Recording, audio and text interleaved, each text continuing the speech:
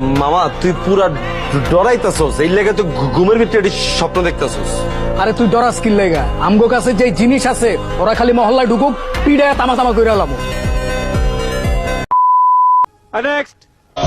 Idea আছে আমার সম্পর্কে তোকে কোনো? তাহলে তোকে লোকে সহজে মিশি যায় বলি তোরা মনে কর ইচ্ছা যে আর কিছু নাই।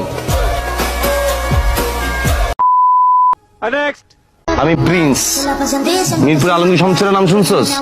আর একমাত্র বাইক নাম। কথাবার্তা কিন্তু ঠিকঠাক ভাবে কবি, নাহলে কিন্তু গাড়া পাগল না আলাম।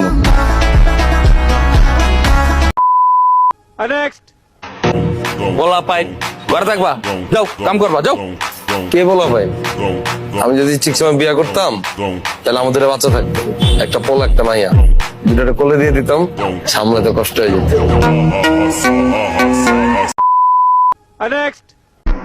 তুমি কিন্তু খুব ভালো ফাইটার, আমার টিমে জয়েন করো, হিউজ ইনকাম করতে পারবা।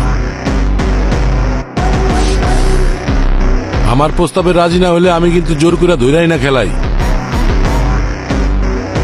খালি ধরা না দিলে কেউ তারে ধরতে পারে না। না ভাইয়া এত সহজ না। কাবিলা বাসি থাকতে কাবিলা ছোট ভাইয়ের গায়ে কেউ ফুলের টোকা দিব, এরকম সাহস হয়েছে নি কার? আর ইগা কে? ইগারও তো আমি পুরো টার্গেট করিয়া লিছি। ইগা সবার সঙ্গে বেয়াদবি করছে। আর মামা জিগা র্যাবের চিন, ইগারে ফোন দিতেছি। ইগা আইলে আমরা বেস্ট ফ্রেন্ডে ফোন দিতে এত লাডি করে দিব।